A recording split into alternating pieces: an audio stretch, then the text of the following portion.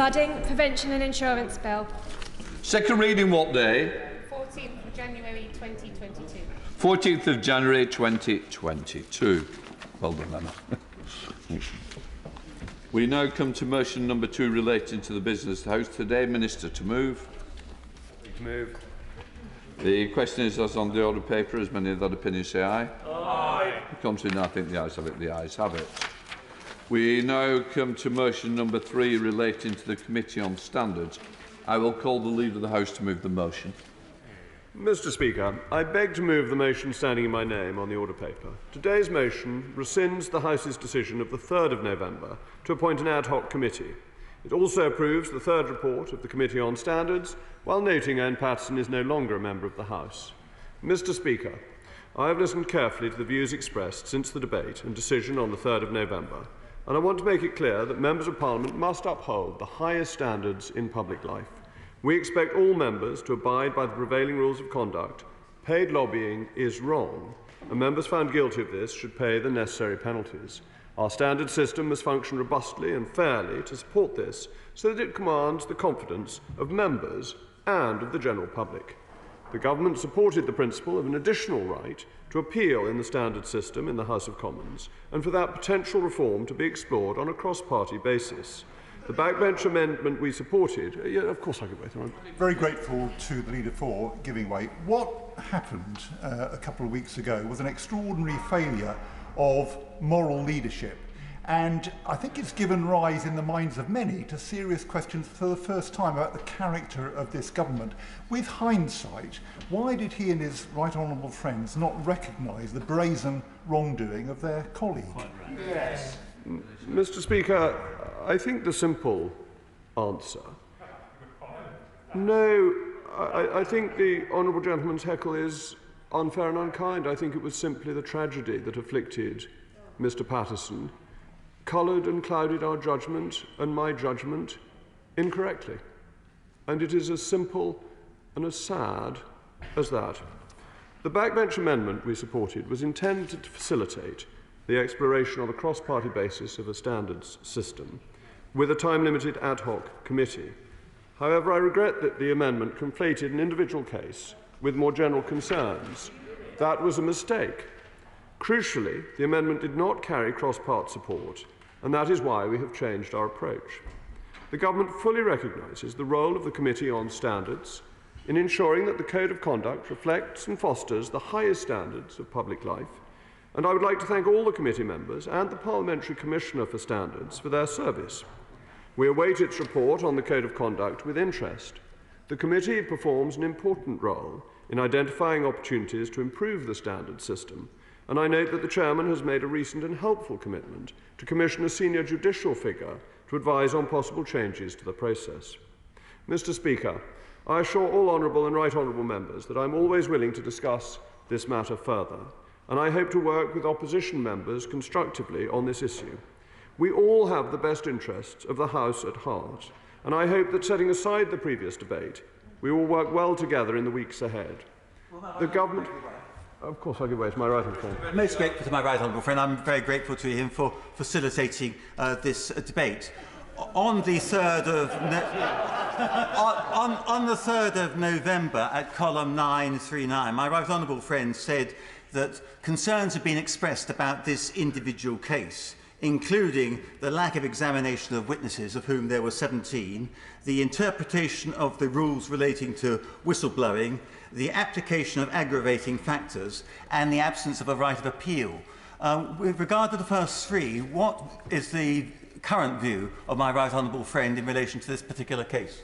Mr. Speaker, first of all, the House will always have a debate when it wants to have a debate. That is how our procedures work, and they are extremely straightforward and ensure that honourable and right honourable members can come to this House and make objections if they so wish to have subjects debated on the floor of the House.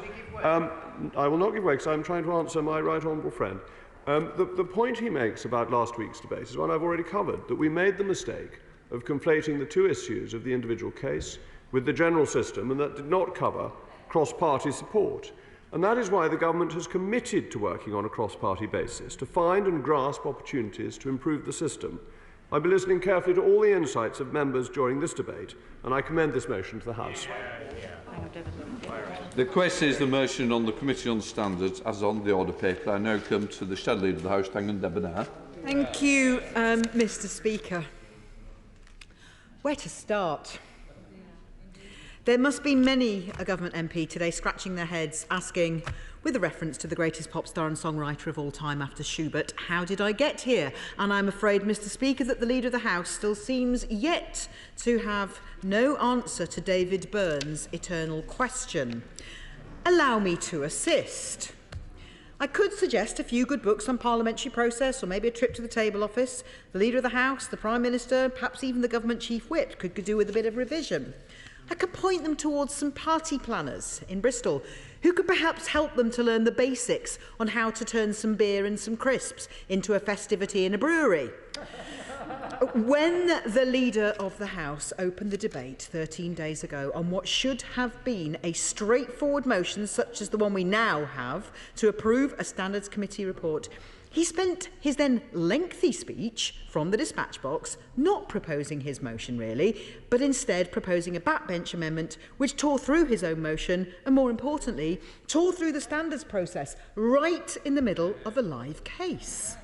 I have to ask him, when he talks of conflation, as he sat down, was he fatigued? Were his fingers in his ears? I don't think so. Had he mastered the art of dozing off whilst appearing conscious? Because what explanation can there be for his plaintive lament the very next day, the days after, and even today on his podcast, that it was a pity that the issues of changing the standards process in the live case had become conflated, when it was literally him doing the conflating?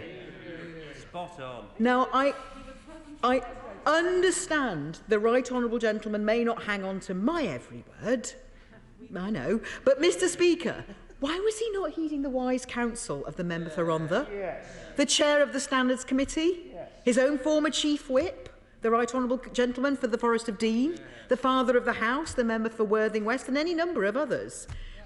All of us warned the Leader of the House against the dangers of conflation. He was warned. Yet conflate he did. He heeded none of those warnings as he led the Prime Minister's men and women up to the top of the hill and then left them there. Then came the government's screeching U-turn, which he announced the next day in business questions, and what followed then was yet more chaos. The amended motion is still in place. The motion before us today should have gone through last night, but was blocked by a single voice, for reasons which remain a mystery to me, but we may hear them shortly. But now here we are debating them.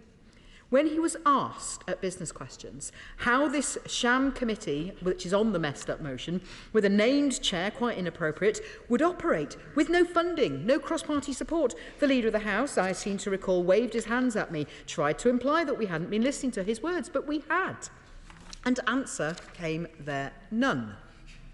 Then the government resisted, absurdly, the suggested motion from my honourable friend, the chair of the Standards Committee, also resisted urging from myself and no doubt others, the motion that they could have laid there and then, last Monday, to rectify the mess they'd made, not just made, but quite improperly whipped for, given that this is a House matter.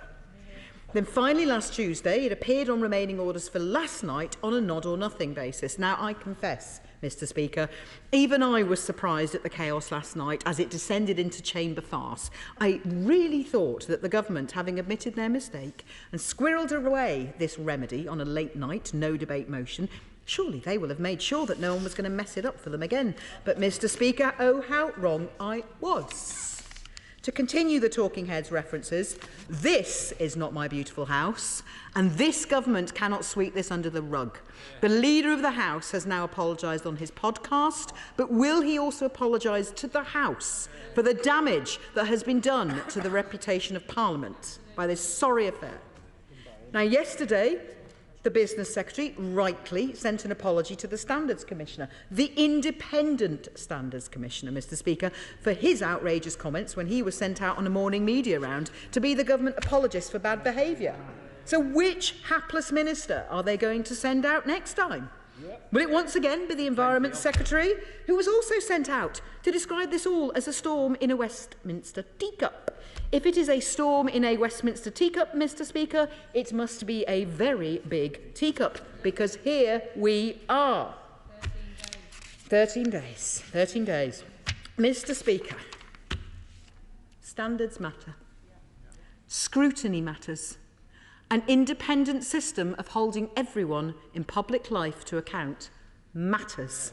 Standards should not be seen or treated as an irksome bother that you get your mates to change when you're found out. It should not be seen as something to be feared or something to be treated with such disdain, frankly incompetence and a total absence of leadership as we've seen from this sorry government over this sorry affair.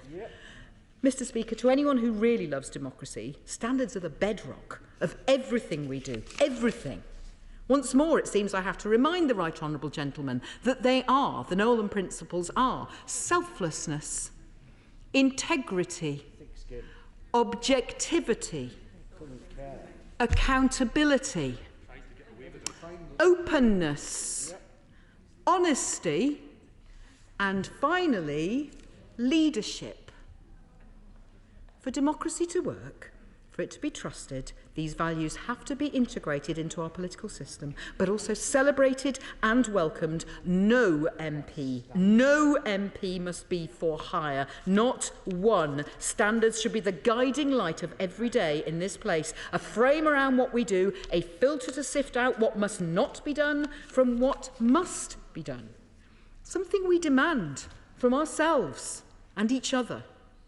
Something we expect our staff to work to and to hold us to. When our constituents challenge us to live up to these standards, we should be proud that our democracy is working so well that they can do that.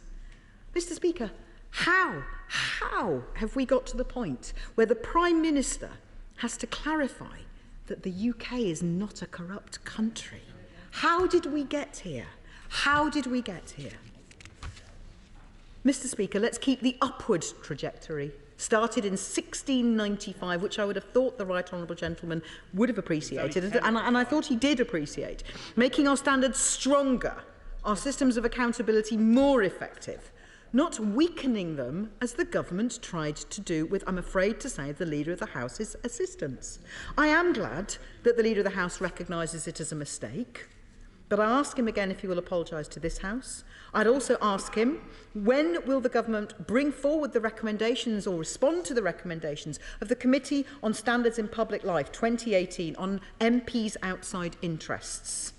And if he has read that report, which I'm sure he has, will he be backing Labour's motion tomorrow, which is based on that part of the Standards report on banning MPs from taking political strategy, analysts and consultancy jobs? Got the wording slightly wrong there. The government, but basically we're talking about paid directorships and lobbying jobs that MPs should not be doing. The government must accept the recommendations from the Committee on Standards in Public Life. Set up after a different story, the committee set up after a different Tory scandal to strengthen the system. They must support the current inquiry into the MP's Code of Conduct, which our Standards Committee is in the middle of, in fact I hear shortly to report on. The government should only ever be in the business of updating and strengthening our system. We should never be content for the public to look at us wearily and conclude, thanks to the cynical actions of a very few, that we don't have standards when we do.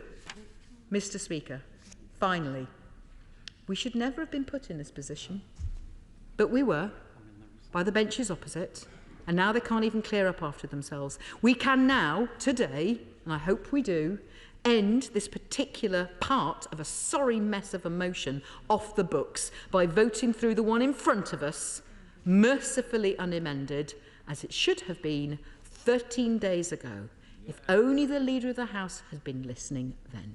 Thank you, Mr. Speaker. Theresa May. Thank you, Mr. Speaker. I hope that this is going to be the last opportunity for this House to do the right thing and accept the report of the Committee on Standards on Owen Paterson. And I trust that no member of this House is thinking of doing anything other than supporting the motion that has been moved by my right honourable friend, the Leader of the House. Passing this motion will be a step in the right direction, but it will not undo the damage that has been done by the vote of the 3rd of November. And let's be clear, this is not a party political issue. Damage has been done to all members of Parliament and to Parliament as a whole. I read the report of the Committee on Standards into Owen Paterson. I believe the conclusion was clear and fair. Owen Paterson broke the rules on paid advocacy. And the attempt by right honourable and honourable members of this House, aided and abetted by the government, under cover of reform of the process, effectively to clear his name, was misplaced, ill-judged and just plain wrong. Now, I hope the honourable gentleman will forgive me if I take no interventions. I wish to make my limited points. In this place, we set rules for people through the laws that we pass. We expect people to obey those rules. We also set rules for our own behaviour as members of Parliament, and we have a right to expect each and every one of us to obey those rules. Now, sometimes mistakes will be made inadvertently, but the process of independent investigation and a committee set up by this House with lay members should be able to differentiate those cases and to deal with them. Now, it's been suggested that as a result of what happened on the 3rd of November, the rules need to change. And I do hope that the government will be looking urgently and seriously at the 2018 proposals from the Committee on Standards in Public Life. I don't think they quite reflect the motion that the opposition is putting to the House tomorrow, but they do suggest the clarification of the rules and the tightening up of the rules on MPs' outside interests. But it would be a mistake to think that because someone broke the rules were wrong. The rule on paid advocacy is a long-standing one.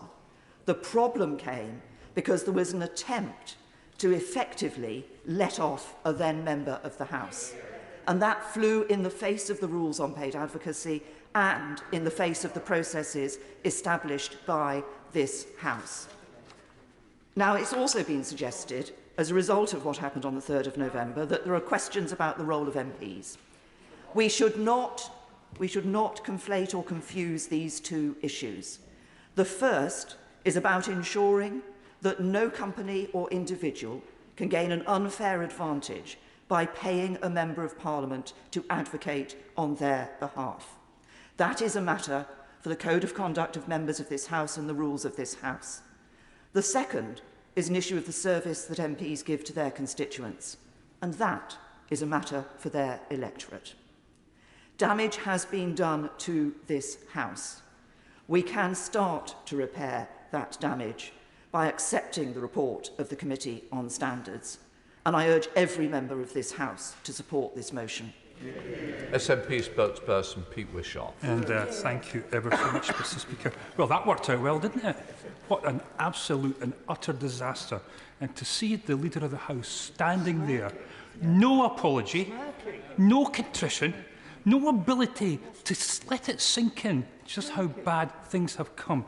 The last place that he wanted to be today was at that dispatch box, doing exactly the opposite and saying exactly everything that he didn't say 2 weeks ago when he presented that motion. And they were doing everything possible yesterday to get to 10 o'clock so this debate wouldn't be had, only to be told by the honourable member from Christchurch with the word of object. Best laid plans and all that. So what we've got is another day of headlines, another day of examining Tory sleaze. And what has happened in these 13 days since he was last at that dispatch box? Well, we know that public trust in this government is now at an all-time low. Their inboxes have been swamped with furious constituents demanding knowing what they're going to do about all of this. Day after day, there's been endless Tory sleaze stories in the national newspapers that they've all been waking up to. Companies are now dispensing with the services of Tory MPs in these lucrative second jobs because of the stink that this has always created. And they have lost their lead in the opinion polls. Things couldn't actually be worse for them. They would actually now be faced with losing their seats if a general election was called tomorrow and they have the Leader of the House to thank them for their current sorry predicament. This little plan to save their pal was hatched between the Leader of the House and the Government Chief Whip, backed enthusiastically by the Prime Minister in order to have their pal saved. And this was backed enthusiastically with him. He's supposed to be the clever one. It's him that's got the Eton education, the millions in the Caymans. This is all on him, and he is responsible for this mess. Just let's remind ourselves of what he said 13 days ago. He was so passionate in his defence of his good friend Owen Paterson that he even invoked one of his favourite Latin phrases. Let justice be done, though the heavens fall. He extolled us in this House in an almost Atticus Finch-like defence for his good friend. His good friend, fairly unmaligned and maltreated by this House. And for someone who had just pocketed a cool £500,000 and had been found to have broken our rules in a consistent and egregious manner, now he's here doing the exact opposite. If he had even any sense of dignity, if he had a smidgen of self-respect, he would be long gone, Mr. Speaker. You don't usually survive something like this. You don't survive a story lasting 13 days. He has defied the laws of political science, and it's amazing that we still find him at this dispatch box today. But let's remind us of what we're actually doing today. We are rescinding a committee that they whipped in order to achieve a kangaroo court committee of corruption that had a Tory majority and a Tory chair. They didn't like the result of our existing Standards Committee. So not only did they set aside its finding, they actually decided that they would replace that committee itself. They are so arrogant and sense of entitlements there that they really thought they would get away with it. And they would have got away with it if it wasn't for those pesky constituents. I'll give way to the Honourable Lady. I thank them for giving away, and I think that the public have made very clear over the last 2 weeks their demands for high standards. So, to be consistent with the new, more respectable position the government had, does the member agree with me that they must revisit and resile from clauses in the election bill which would allow them to, through strategic policy statements, impose their will on the Electoral Commission and to block outcomes that they don't like from that? And does the member agree that proceeding with those aspects of the election bill would make very clear that they have not learnt the lesson that messing with the independent oversight of politicians, in this case donations and spendings, is really off limits? Absolutely, and I utterly agree with the Honourable Lady. You would think today might just be a watershed for them, that they'll look at the whole package of measures that they've had to decrease the legitimacy of this House and their electoral processes, and they would do the right thing in the back of that. But I have to say to the Honourable Lady, knowing them the way that I do, I doubt whether that might happen. I'll give way for the last time to the Honourable Gentleman. I thank the Honourable Member, and he's being very gracious. And indeed, I extend my sympathies to the Leader of the House for having been sent out to bat on this very sticky wicket. But would the Honourable Member agree that rather than the highly respected independent Commissioner for Standards resigning, as was mooted by ministers when they felt invincible, that rather than her resigning, it should be the Prime Minister who should be considering his position, given that he forced his Conservative MPs to vote to protect his paid lobbyist friend rather than doing what is right, and thereby doing, he has egregiously eroded our democracy. Yes, well absolutely, and I'm grateful to the Honourable friend, because that brings me on to the malicious, malign attempt to undermine and smear our Standards Commissioner. Absolutely and utterly disgraceful. When we heard the Business Secretary last week saying that she should consider her position, she shouldn't be considering her position. The Leader of the House should be considering his position, as should the Prime Minister. It's because they needed to undermine the Standards Commissioner in order for the silly, stupid plan to work for them. And of course, it hasn't worked at all. So what now? Their failure to properly apologise and to recognise what they've done and to show any sort of contrition or shame, as the Honourable Member says, means that this will not go away. This is going to go on. I mean, we're now in this 30th day. I suspect that this is going to rumble through to just about Christmas, until they get up and show this House in the country that they're truly sorry about what they've done, that they'll make every effort to try and ensure that this House is cleaned up. I'm afraid it's not going to get any better for the right honourable gentleman and his colleagues in the backbench.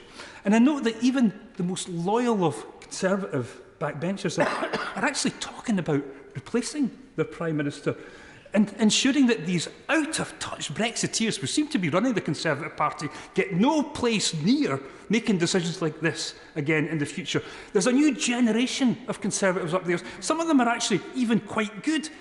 Take control of this away from them. They cannot do it. They do not know what they are doing. They have got you into this mess. It is up to you to clean them out and make sure that they're replaced. Because can I tell you something? They are not working in your interests, and they are doing everything possible to make sure that you do not get elected. I believe, Mr. Speaker, the days of faux buffoonery is coming to an end, and it's coming to an end in the back of all of this.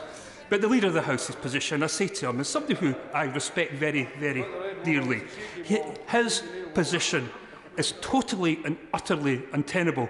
You can't come to this House and say one thing passionately and with great concern and take up nearly all the time to do it, then come back 2 weeks later and say the exact opposite. It just doesn't happen in politics. And to even think you'd get away with it is even beyond reason, and certainly nothing like I've ever seen in my 20 years in this House. What he does is define political gravity.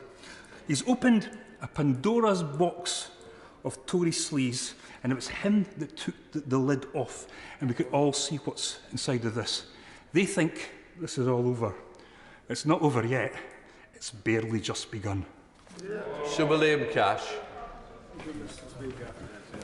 This motion before the House, I believe, should be viewed, as I've said in several debates so far over the last few days, from a fundamental perspective affecting all members from all parts of the House. I believe it's essential to review the workings of the fair trial system, the investigatory panel, created under the Labour government, on the recommendation of the Committee of Standards itself in 2003, which consisted of 6 Labour, 2 Liberal Democrat and only 3 Conservatives. This was to ensure fairness for MPs accused of misconduct in serious cases, as insisted upon a series of high-level reports which the House then accepted. All these high-level reports, including the Joint Committee on Parliamentary Privilege in 1999, the Wicks Report and the 2003 Committee on Standards Report, especially paragraphs 39 to 42, which set up the Fair Trial Investigatory Panel, made clear that the fair trial requirements would only be applied in seriously contested cases where the facts were in dispute in relation to alleged misconduct by a member. Appendix 2 of the report, third report, shows that the particular case of the former member for North Shropshire fell squarely within Standing Order 155, bracket 5, close bracket. The Standing Order clearly states the Commissioner may at any time in the course of investigating a plaint, and if so requested, by the Committee on Standards shall, I repeat shall, appoint an investigatory panel to assist the Commissioner in establishing the facts, which was not done. I am astonished at how few people seem to have either read or understood this, but it lies at the heart of the issue. No one in this House or elsewhere can say that a person was guilty or innocent unless that panel had been set up, completed its work and reported, and it was not done in this case. Not to request and thereby to require the setting up of such a panel, in my opinion, seriously impairs, in seriously contested cases, the principles of natural justice referred to specifically in Standing Order 150, affecting MPs accused of serious misconduct, of course. I'm very grateful. I've listened very carefully to what he said. Could he just set out for the House perhaps just one example of a fact that is contested? Mr. Paterson contested the interpretation of his behaviour, but I read the report in full and I didn't find a single contested fact. Can he set it out for the House? I'll give you one example. The question which was raised by Professor Elliott in relation to the question of public safety in relation to carcinogenic elements in ham or bacon. The point about that is this, that he is recognised, and I said in the previous debate, in 35 years, he had never come across such a case. So I think that's one example, and there are others. It also impairs, if I may say, the fundamental rules laid down by Article 6, known as the Fair Trial Provisions of the European Convention on Human Rights, drafted in accordance with British principles of justice in all civil and criminal cases. I believe that the failure to implement the requirement of the panel, under Standing Order 155, does impair the report. The door to fairness is open by the setting up of this panel, and for the sake of all members of this House, I believe that it was a mistake not to have done so in this case. The failure, therefore, to adhere, for example, to the clearly defined 6 principles of fairness for accused MPs set out by the Joint Committee on Parliamentary Privilege in 1999 and Article 6 of the European Convention, including the examination of witnesses and the cross-examination of other witnesses, has adverse consequences as a precedent for Parliament itself. Not a single citizen in the land, even terrorists and criminals, is denied a fair trial under these principles of natural justice in having a right of appeal in every court and every disciplinary tribunal. And the member in question should have been afforded the procedures under these fair trial arrangements laid down by standing orders, because we as members are exceptionally excluded by Article 9 of the Bill of Rights from judicial review. The member for South Leicestershire, a member of the committee, argued convincingly that the standing orders must be reviewed to avoid conflicts of interest. The procedural reforms, which are inevitably going to be made now, need proper and full examination by the House as a whole, and not only by the Committee on Standards itself. It would be tragically too late for the former member for North Shropshire when new reforms in the near future are properly introduced. Right, Wendy Chamberlain. Thank you, Mr Speaker. They say that a week is a long time in politics, but as others have pointed out, it's almost 2 weeks, and it's hard to believe it's taken this long for the government to sort this out. Something deeply serious has now frankly become a farce. First, this government whipped on the amendment, then they U-turned, then they refused to apologise, and now, having taken a week to decide what to do to sort out what is of their own creation, it was toppled last night by one of their own members. Now, it's obviously right that this motion be rescinded. I do think the Honourable Member for Stone is in a majority of 1 in relation to his view, and I see a lot of agreement across this House. But it does not solve many of the issues that we have seen in the past 2 weeks. The Government has not yet properly explained why it chose to whip that first vote, and whether it plans to intervene in House business again. I have said it already, as have many colleagues, but Mr Speaker, standards proceedings belong to this House. The Government has authority through its majority, but it does not have the power to make changes to our rules. At the end of the day, members of the Government, like it or not, are members of this House, equal to those of us who sit on the backbenches in that regard. The Government has not yet apologised or explained why it wanted rule changes. And, Mr Speaker, vague regrets for completing proceedings against an individual and the process more generally are not an apology. I know, as does any parent, that my children often regret doing something wrong when they get in trouble, but that is not the same as an apology for the action itself. As for why members of this Government want to make our standards processes less independent, well, but I think without a full explanation, with the media stories of wrongdoing over the past week, we can leave it to the public to draw their own conclusions. Finally, Mr Speaker, this Government has not explained why members with an interest in changes to the voting system, and indeed Mr Paterson himself, were able to vote in the first process. And I would argue that this is not due process. And that's why I have tabled an early day motion asking the Government to bring forward a motion for consideration by this House to amend the standing orders to prevent this happening in future. And I ask the Leader of the House if he will support bringing in such a motion, and if he does not, to explain why. We only maintain our authority in this House and reject accusations of corruption by upholding our democratic ideals. Rescinding the order from 3rd November is a vital start, but we need more, and the public needs more. Thank you. Sir Christopher Chill. Mr Speaker, rescinding a motion of the House when it's already been passed earlier in the session, and particularly in this case when it's been passed fewer than 2 weeks earlier, is a major constitutional decision for this House.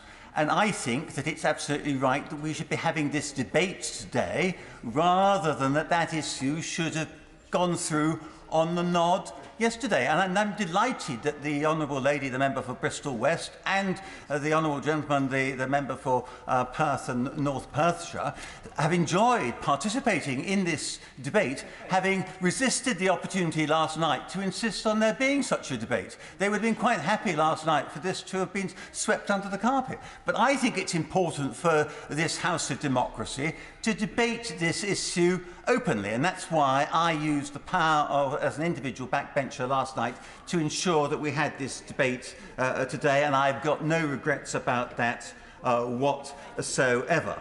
And as far...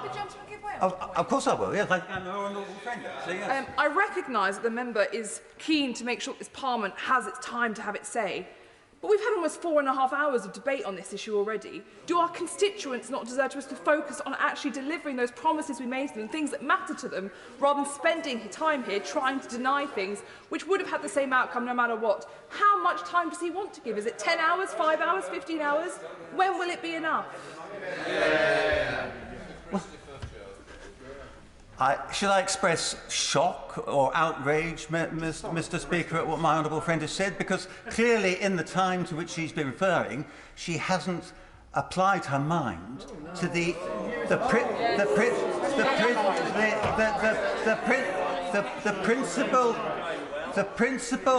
principal issue, and that is that the government encouraged everybody, including her probably, to vote for a motion on the 3rd of November. That motion was passed by resolution of this House, and for that motion to be rescinded or changed is a matter for this House rather than for the executive and the government. And what happened on the 4th of November was that the government usurped its power and said to this House, basically, what you decided yesterday is no longer valid and of a good effect.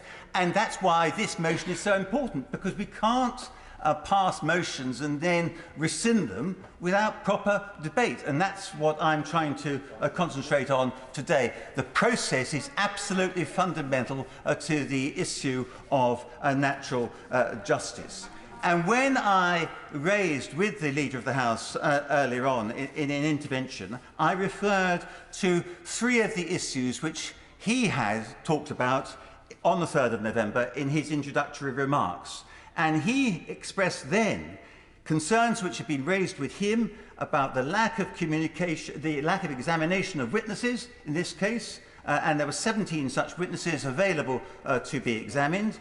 The Leader of the House also said he was concerned about the interpretation of the rules relating to whistleblowing, which have been reinterpreted retrospectively and much more narrowly than many people would think was justified on the basis of the actual wording of those rules, and also the issue of the penalty that was recommended, because the committee decided that it was an aggravating factor for our right honourable friend, the then member for North Shropshire, to have actually raised with the committee in evidence the impact which the inquiry and the Commissioner's behaviour had had upon himself and his family. No, I'm not going to give way. No, I'm not going to give way. I'm not.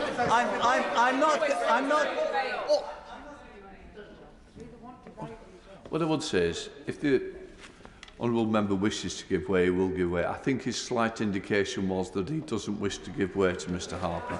So, Chris, well, whether he's right or wrong is totally different to the rules of the House. Chris.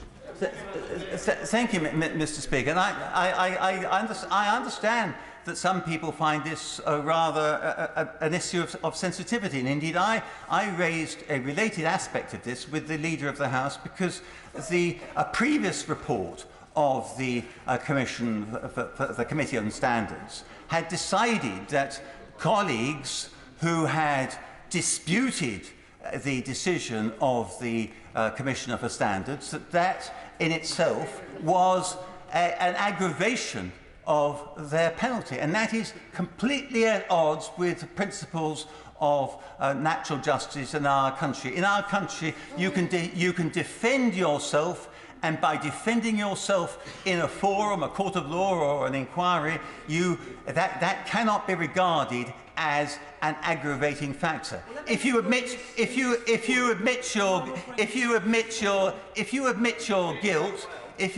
your guilt, then that can be a mitigating factor.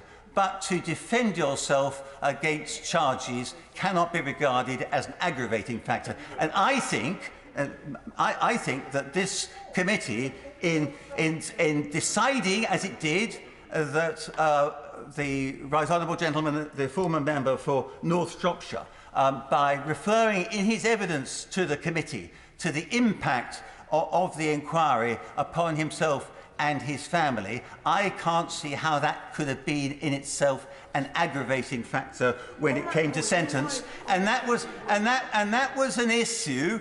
And that was an issue to which my right honourable friend, the Leader of the House, referred on the 3rd of November, and I think it struck a chord with many of us. Mr. Speaker, it is so important that natural justice should be allowed to take its course and be applied in our proceedings, and that we shouldn't allow ourselves to be pushed into a position of almost being subject to mob rule and mob justice, and that's why I welcome this debate, the opportunity to hear people's views about the no, I'm not going.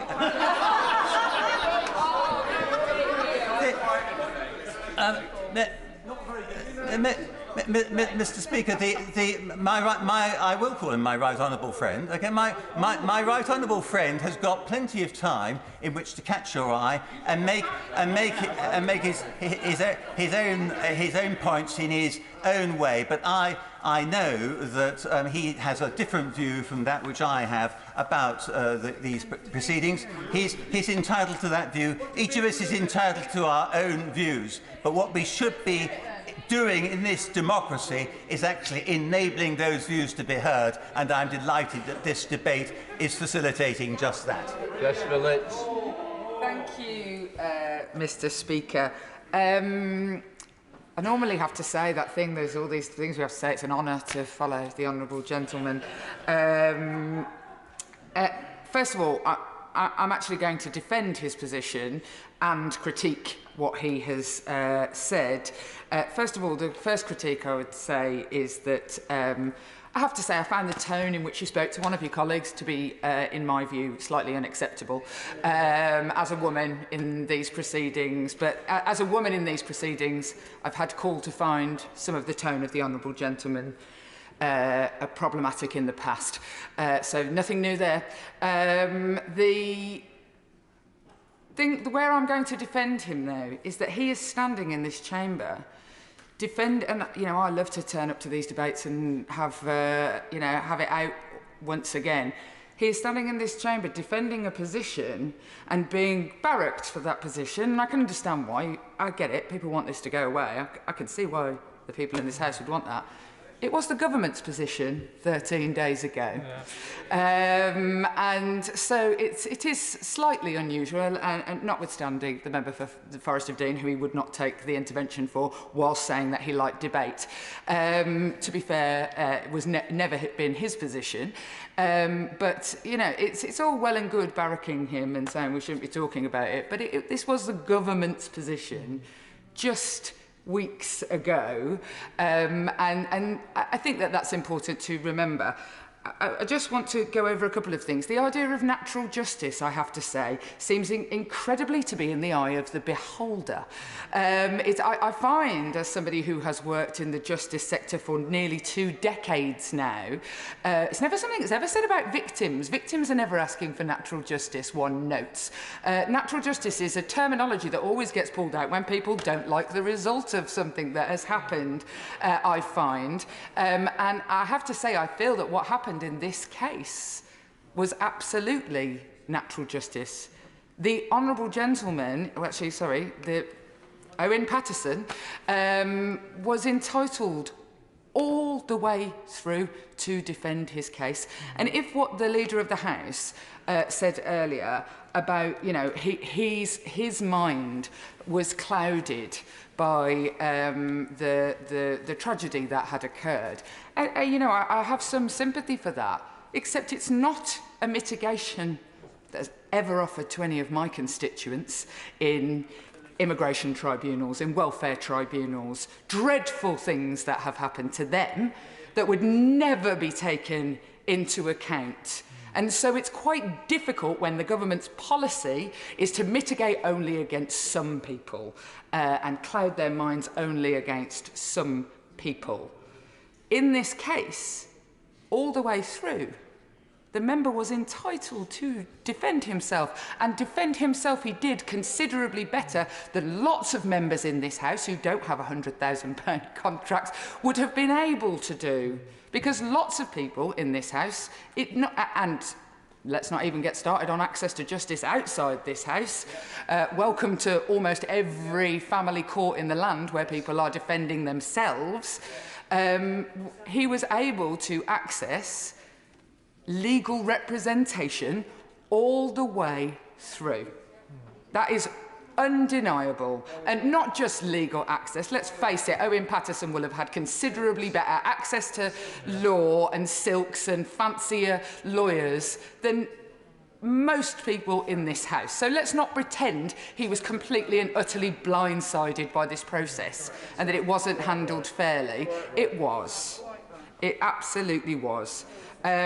With regard to appeal, I have some sympathy with this argument and I'm more than happy to take part in any debate about how that appeal system might work. Personally, my personal view is that the system that is used by the sexual harassment process that we set up, where judges are sit over it, is not one I would mind seeing in place. I've got to say, I think that people should be wary. They are very, very robust.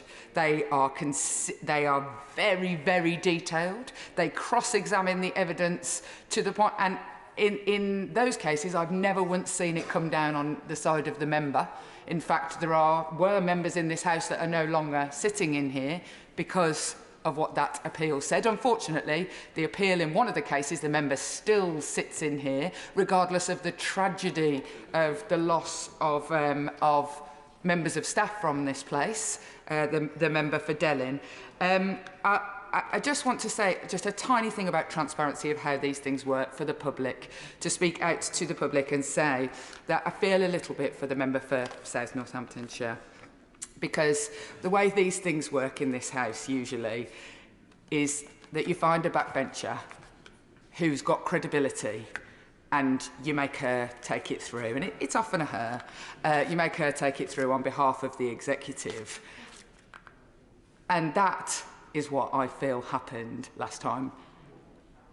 And I feel that she has been totally sold down the river, and her credibility, unfortunately, which was good on these issues, has been damaged by the executive. Mark Harper. Mr. Speaker, I hadn't intended to speak in this debate, but since I didn't get the opportunity to intervene on my honourable friend, I just want to make a couple of very, very brief points. On the report, I fear he read a different report from the one I read. I read it in detail, and the committee absolutely gave Mr. Paterson the opportunity to present the evidence of his witnesses. They were examined by the committee, and they were in the report. The committee decided for itself that it didn't need to interview the witnesses, but it put their evidence transparently in the report. The bit I really wanted to challenge him on, though, was the personal tragedy and the impact on Mr. Paterson, which we all have sympathy for. But it's absolutely not true that the committee didn't consider it. They absolutely considered it. It's clearly in the report, and it was considered not as an aggravating factor, but as a mitigating factor when they dealt with the punishment.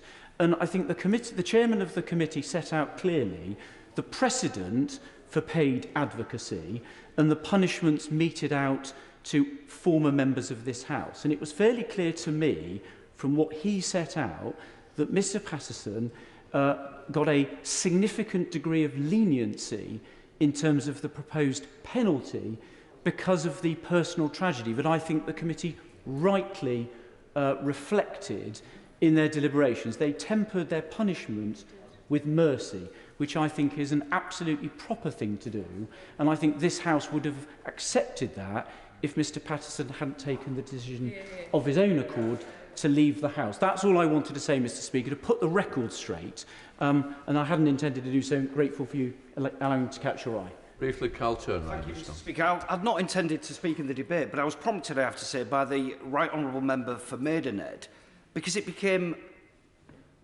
incredibly apparent to me, and I suspect to members across this House, that had she been in charge, this chaos would never have happened.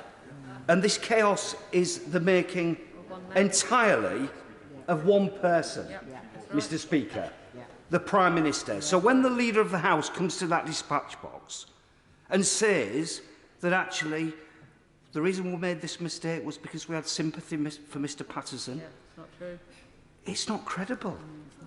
Because what happened the very next day is that Cabinet Ministers were instructed by the Chief Whip or the Prime Minister to go out on the TV and defend it.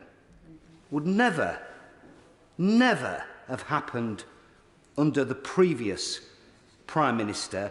It need not be said, Mr Speaker, but as I say, it became apparent to me that both the ministers sitting on the front bench were struggling to look at the Right Honourable Lady, or indeed my honourable friend. I'm now going to go to bring in the Chair of the Committee, Chris Brown. Thank you very much, Mr Speaker. It is 3 weeks since the Standards Committee produced our report on the conduct of Owen Paterson. It detailed a catalogue of bad behaviour. The evidence was stark and compelling. He repeatedly engaged in paid lobbying. He peddled influence for his paying clients. He repeatedly used his parliamentary office to run a commercial enterprise. Every single MP I have spoken to who has read the report tells me he was guilty. And yet here we are. If at first you don't succeed, try again. I confess I am still completely mystified why the Prime Minister decided to move heaven and earth to prevent Owen Paterson from being sanctioned. Today's motion, however, is in precisely the words that I gave to the Leader of the House last Monday, as I think he'll confirm. It is necessary, I'm afraid, for 2 reasons. Firstly, the motion that was carried on the Wednesday, the 3rd of November, set up an alternative Standards Committee that was going to be chaired by the Right Honourable Member for Malden. I am told that the Prime Minister told Conservative members at the time that this had been squared off with the opposition. This was not true. Since not even the Right Honourable Member for Malden wants to sit on the committee, we probably ought to get rid of it. Secondly, the motion of the 3rd of November parked the question of whether Mr Paterson was guilty. This suggests that the House is uncertain what it thinks about paid lobbying. I hope that that is not the case, and I hope that if we have a unanimous vote this afternoon, or unanimous decision this afternoon without a division, that will prove the case. In effect, without this motion, both the committee and the report are in limbo.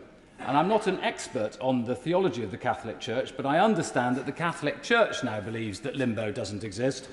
So we really ought to put these 2 issues beyond doubt. Mr Speaker, I wish this could have been otherwise. Mr Paterson and his family must have been through hell over the last year since Rose Paterson took her own life. It is a matter of deep regret to me that the parliamentary shenanigans of the last 3 weeks can only have added to that misery. This House has done him and his family no favours. We should be ashamed of what has happened here. But sadly, Mr Paterson's was not the only catalogue of bad behaviour. As countless Conservative MPs have said to me, and incidentally, I would just like to praise a lot of the new Conservative MPs who have shown far greater insight over the last 3 weeks than some of their more long-standing colleagues. As countless of them have said to me, the way the government and the Prime Minister have handled this has been shameful, and it has brought the House into disrepute. It was just wrong to delay the original motion. wrong to change the rules at the last minute of a disciplinary process for a named individual, wrong to whip members on a standards report, wrong to call for the Commissioner to resign, wrong to refuse to table this motion last week, wrong to try and get away with just taking this motion last night without debate. Just plain wrong, wrong, wrong, wrong, wrong, and the government knows it. I just want to respond to one point from the Right Honourable Member for Christchurch. The real aggravating point was not anything that he's mentioned. It was the fact that Mr Paterson endlessly and repeatedly kept on saying he would do the same again tomorrow. That was bound to keep on bringing the House into further disrepute, and of course we had to bear that in mind as an aggravating factor. Mr Speaker, I hope it is helpful if I say a few words about appeals. We on the committee have been grappling with this for some time, and I expect we will be able to say more when we report formally to the House before Christmas. We're in the process of appointing a senior judicial figure to help us think through all of these issues, as I told the House last week. It is wrong, however, to say, as several have, that there is no appeal process now. There is. A member can appeal the Commissioner's decision that there has been a breach of the rules. The Committee on Standards hears that appeal, with 7 lay independent members and 7 members of this House. Unlike most appeal bodies, we are remarkably generous. We do not specify grounds for appeal and effectively allow not just an appeal, but also a general rehashing of all the arguments. We can also hear an appeal in writing and in person, unlike most courts, and often a member chooses to do both, as Mr Paterson did. We honestly give every single member a fair hearing. We do not always agree with the Commissioner. There are, however, some blurred lines here. We could tighten up the grounds of appeal, but I just warn colleagues that that might not go down all that well. We could constitute ourselves as 2 panels, as the independent expert panel does. One to hear the original decision and determine a sanction, another to hear an appeal. We could engage an outside figure to hear that final appeal, or we could ask the independent expert panel to do that. But this is not as simple as some might suggest, and the corollary might be that the House would then have to take the sanction motion without debate or amendment, as it is required to do in sexual harassment cases.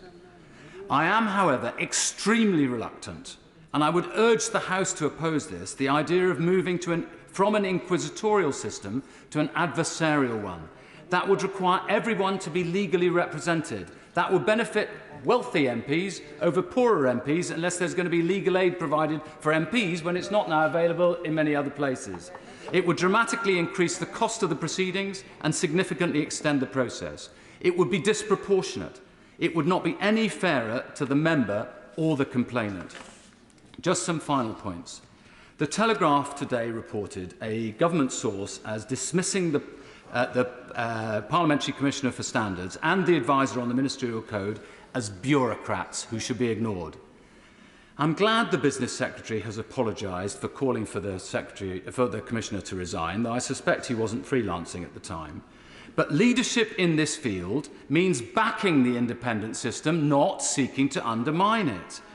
As sure as eggs is eggs, there will be more cases before the Commissioner and before the committee in the next few months, and I hope nobody will seek to undermine either of them.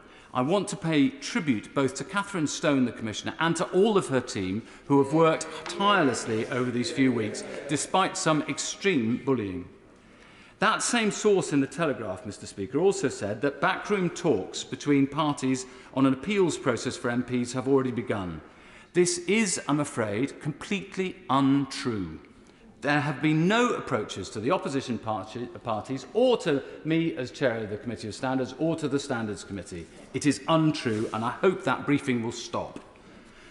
Thirdly, I hear talk of all sorts of proposals about how we should change the system. I would just urge honourable members to calm down a little. The last 3 weeks have been shameful for this House. We need a return to due process. The committee will produce a report very soon, certainly before Christmas, and hopefully even before Advent. All you have to do at Advent is wait a little. The question is, the Committee on Standards motion, as on the order paper, as many of that opinion say aye. Aye! The contrary, no. I think the ayes have it. The ayes have it. The clerk will now proceed to read the orders of the day. Finance number 2 bill, second reading. No. Has there any amendments been? I inform the House that the Speaker has selected the amendment in the name of the Leader of the Opposition. Minister to move second reading. Lucy Fraser. Madam Deputy Speaker, I beg to move the bill be read a second time. On Sunday, MPs across this House remembered all those who died in conflict. And it is now 76 years on from the time we started to rebuild our country from the devastation of World War II. The bombs that rained down during that war caused enormous loss of life. They tore our cities apart. In London, air raids wrecked or razed to the ground some 116,000 buildings. And in Liverpool and Bristol, tens of thousands of buildings were damaged or destroyed. But while the war left a mark on the nation that lasts until this day, those dark years were also followed by a period of reconstruction and renewal. In 1951, the iconic Royal Festival Hall opened in London as the centrepiece and legacy of the Festival of Britain. In the 1960s, Liverpool built its extraordinary Metropolitan Cathedral, while the iconic Severn Bridge was constructed near Bristol. Today, we are living in very different times, and we have thankfully not experienced the devastation like that here again. But we share some parallels with our wartime predecessors.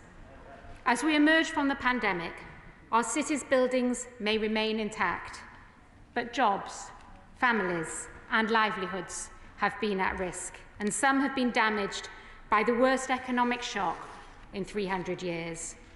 So it is right that we too now rebuild and turn our attention to creating a better future for this country and its people.